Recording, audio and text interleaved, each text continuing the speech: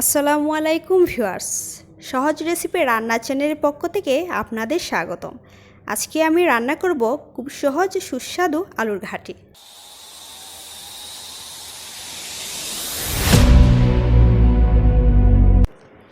এখানে আমি 4-5টা বড় সাইজের আলু সিদ্ধ করে নিয়েছি।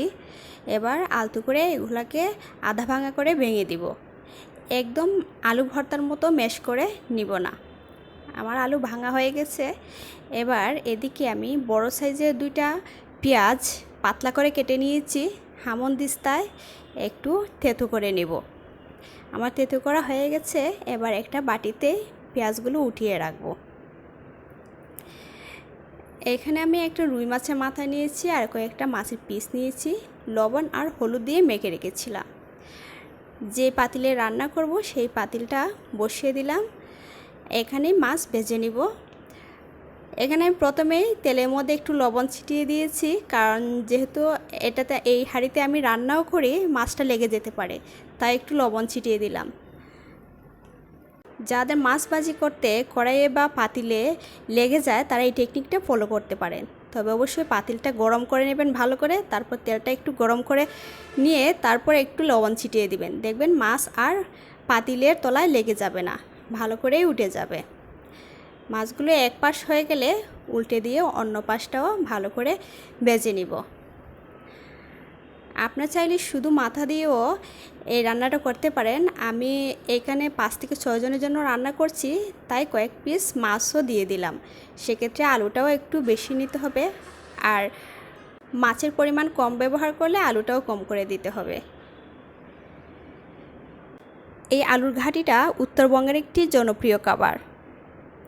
অনেকে আবার ডিম দিয়েও এই রান্নাটা করে থাকেন। ডিম সিদ্ধ অথবা ডিম ভাজি দুইটা দিয়েই করা যায়। আমি মাছ দিয়ে রান্না করলাম, অন্য একদিন ডিম দিয়েও রান্না করে আপনাদেরকে দেখাবো। আর আমি এই রান্নাটা শিখেছি আমার রাজশাহীর এক ভাবির কাছ থেকে। এবার গরম তেলে দিয়ে দিলাম 4-5টা শুকনো মরিচ, 1 চা চামচ সরিষা দানা আর 1 চা চামচ আস্ত জিরা।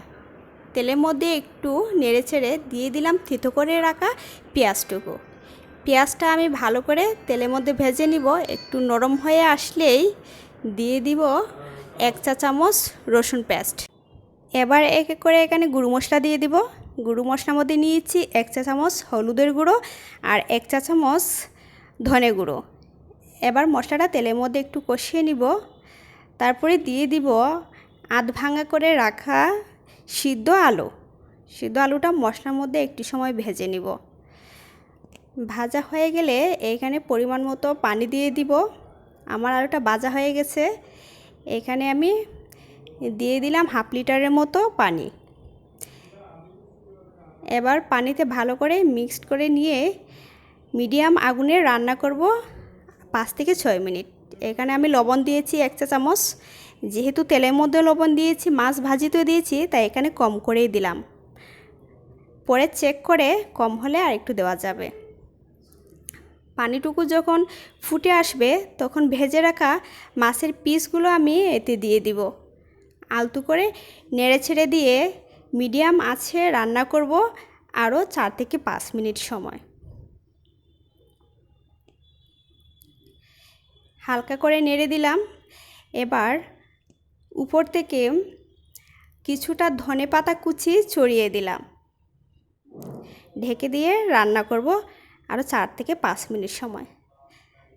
4-5 মিনিট পরেই দেখুন ঝোলটা একটু গাঢ় হয়ে গেছে, মিষ্টি একটা গন্ধ বেরিয়েছে।